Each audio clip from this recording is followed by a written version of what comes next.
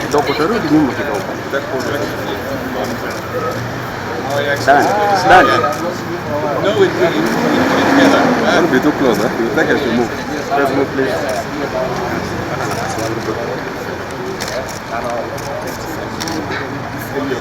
It's a block for you.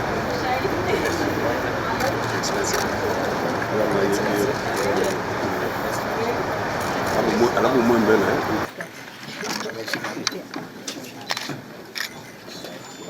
5, 4, 3, 2, 1.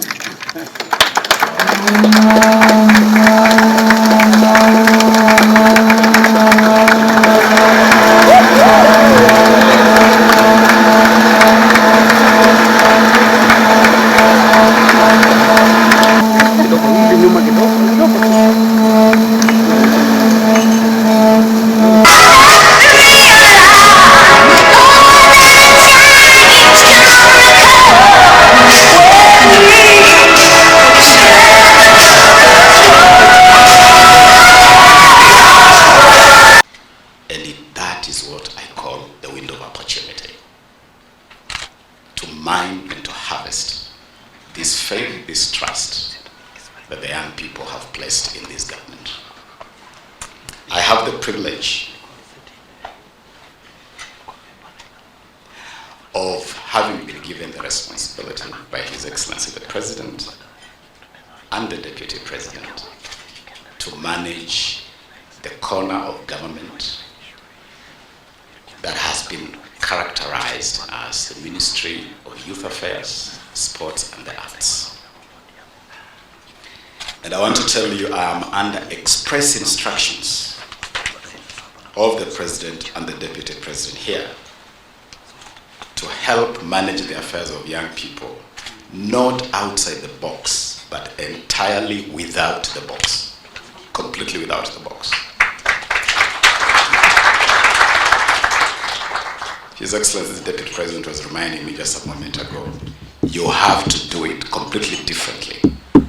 And I'll do it, sir. Completely differently, because that is what our young people expect. They expect a completely different mindset and a completely different approach. I was listening very keenly as the panel of young people here spoke to us. And I was particularly struck by the words of Beatrice. A young lady told us she's from Kibra, and in her concluding remarks, Beatrice tells us they do not want tokenism, they don't want handouts, they don't want parochial approaches, they want substance, they want sustainability, they want continuity.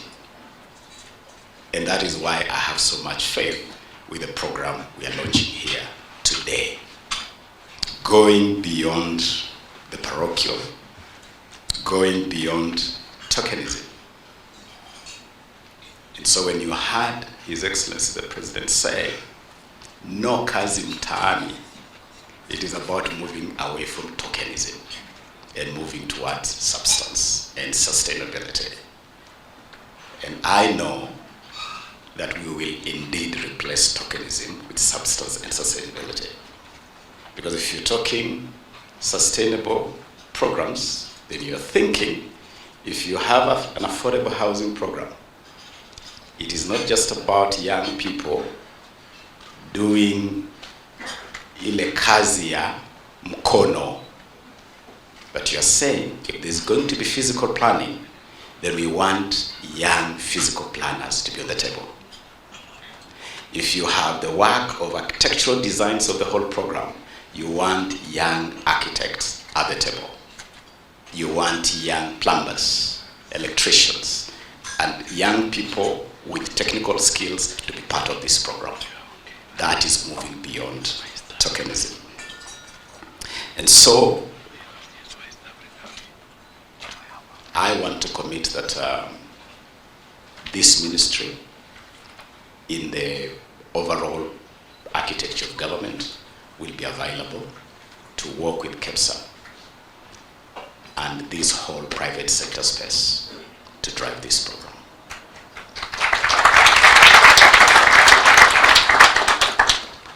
And we also want to deploy the entire space of sports and the arts as you think of other innovative ways to exploit the space populated by our young people. We want to work with Peter here at Safaricom to see how the Skiza platform can be a platform to unleash the potential of our young artists. And as we upload the creativity of our young people on the Skiza platform, we should be able to see how our young people can earn more from the Skiza platform. We want to engage the Communications Authority of Kenya to see how they can collect more from media platforms where the creativity of our young people is played out, how that can be transformed, can be turned into sustainable revenue and income for our artists. We want the sporting industry to be a real industry where we manufacture and we put into the market a lot of the sporting equipment that our young people use out there to brand our country. And I really want to thank KEPSA for this partnership. Early this year, I accompanied then presidential candidate William Ruto to a conversation in this room with KEPSA, where you shared with us the private sector manifesto. And I want to admit that that manifesto did shape the thinking that went into the plan. And so let me just thank you for having made such an incredible input into our planning. And now you are ready to work with government in implementing the plan. The policy of the Ruto administration is less and less government in people's lives and more services to the people of Kenya. That is the policy. So I want to say, our young people, Waziri Abab, we must get nearer to these youths. And you can see they are looking for us. Why they called me Rigathi is because they want me to be nearer them. They feel more comfortable. Because by staying nearer these young people, you get to know their thinking, you get to know their fears, you get to appreciate their capacity, you get to know how to engage with them. And I have asked our CS, Ababu, you must do things differently. The Ministry of Youth cannot just be about just appearing when there is a youth event. Reach out to KEPSA. You know, and I'm telling you, this great guy called Ababu, he is all yours. Engage him. Yeah, he's all yours. In Waziri, anywhere, ukisikia vijana wanaweza saidika, you arrive 1 hour before the people arrive. Because we have a problem. I want to tell our young people, the Ruto administration is so focused on your issues. You wouldn't know our meetings with the president, private and public. 40% of his conversation revolves around the youth issue. We are so clear in our mind. I want to say that I'm very happy to be here. And we have come here early, and I'm ready to come here at 5 a.m. if we are discussing opportunities for our young people. Full disclosure, from a purely selfish perspective, President William Ruto and I owe tons of gratitude to our young people who overwhelmingly voted us into office. Lazima turudishe mkono. We want to be honest. We owe these young people some interventions of one kind or another. Many people have asked me, how they can become friends of President William Ruto. I want to share with you the strategy. If you want to become a friend of President William Ruto, create 5 jobs for our young people and you'll be his friend. Create opportunities for our young people, you'll be his buddy. I feel good that an occasion has been set aside and prepared to discuss the future of our young population. They are the future of this nation, and we are genuine when we say so. President William Ruto, I and all of you here, we are not getting any younger. And let us not pretend that we are getting younger. Time is going. We must prepare succession management in governance, in entrepreneurship, in business. We must prepare to hand over essentially along the way. I know many people don't like that topic, but it's the truth. And when you fail to plan, you plan to fail. We want a situation where in your boards of directors, you have 2-3 characters below the age of 35. So that when decisions are being made about the company, and you are saying that the youth are important, they are part of the decision-making process. We want our young people to be on the decision-making table. Next year, we'll be hosting the Youth Connect Summit. And we'll bring 10,000 youths from the whole of the African continent to come and interact with our young people here, to share ideas on intellectual property rights, on the tech industry, on their role in governance.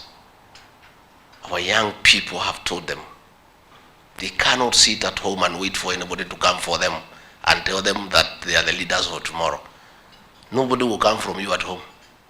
You must get out and take your rightful place in the development of this country, in public governance, in private enterprise. So I want to tell KEPSA and your leadership, you are our very serious partner. And with this youth agenda you have here, you are our friends. CEO, President William Ruto is ready any day for the roundtable conference. Any day. Especially if agenda number 1 is youth and their employment and business opportunities. Tomorrow, the day after, at night, over the weekend, President William Ruto is ready and available. I feel greatly honored to be part of this auspicious occasion. Youth Employment and Entrepreneurship Accelerator Initiative, launched today. I commend the management and board of KEPSA for their effort towards youth employment and entrepreneurship, as is a key initiative to promoting socio-economic growth and transformation.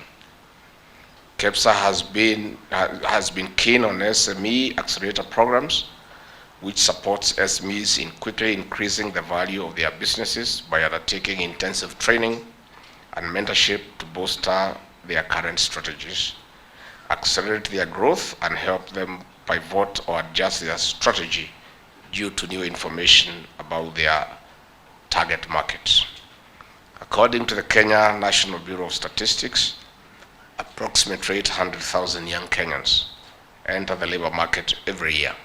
However, the country's years of strong economic growth have created jobs, but at a rate that is too low to absorb the rapidly growing population. Ladies and gentlemen, youth unemployment in Kenya is estimated at 38.9%, with an estimated 1 million young people getting into the labor market every year from our academic institutions. However, the economy has not matched the supply in generation of new jobs. Experts have warned us of the youth time bomb occasioned by the jobless youth bulge. In fact, 75% of Kenya's population is below the age of 35 years. This population is a big blessing to this nation. We must plan well and invest in our youth to reap our demographic dividend ahead of Kenya's Vision 2030 and Africa Union's Agenda 2063. We note with appreciation that the Kenya Youth Employment and Entrepreneurship Program is an innovative and comprehensive job creation initiative with an overall goal of creating 1 million employment and entrepreneurship opportunities for youth in Kenya. Moreover, this initiative seeks to unlock the potential of small and medium enterprises through tailored support services that allow them to grow and create jobs for the young people. I'm informed that this program will leverage technology and digital transformation. This is by scaling the businesses through catalytic interventions like promotion of business processes, outsourcing as a way of enhancing efficiency, by digitalization of services to accelerate access to markets regionally and globally. We keenly play into ensuing digital evolution across the world. Kenya cannot afford to be left behind since we have one of the fastest internet connectivity and penetration in Africa. What we do with the internet connectivity will make the difference. What we do with the penetration will make the difference and convert this resource to grab and rule the international market. But we must also have cutting-edge products and services. This is why we are also emphasizing market-oriented, demand-driven skills. I urge KEPSA to closely work with the TVET institutions to bridge the gap between training and industry. As I conclude, the Kenya Kwanza government is committed to reducing bureaucracies, to reduce the cost of production, and doing businesses online and offline. This is because we understand the importance of a friendly business environment for upcoming and established expenditure of 9,000 per family. Ladies and gentlemen, so for our private sector, please, we have agreed that the way to go and to develop this country is PPP. So be ready. Water sector, dams, distribution of water will be done through public-private partnership. So you people be ready. And we'll continue to engage with you continuously. And we are receptive people. And we are humble, we are not arrogant. We will allow you to tell us what you need to tell us.